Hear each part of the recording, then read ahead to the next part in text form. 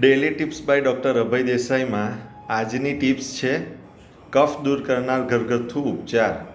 શિયાળાની શરૂઆત થઈ છે. તમામને સામાન્યપણે કફ શરદી રહેતા હોય છે, જેના માટે પહેલી ટિપ્સ છે 2 ચમચી મધ, 1 ચમચી હળદર પાવડર, અડધી ચમચી આમળા પાવડર તમામને મિક્સ કરી અને ચાટવાથી તમારો કફ દૂર થશે.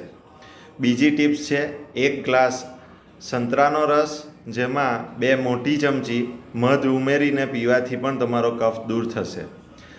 સુખી રહો, નિરોગી રહો.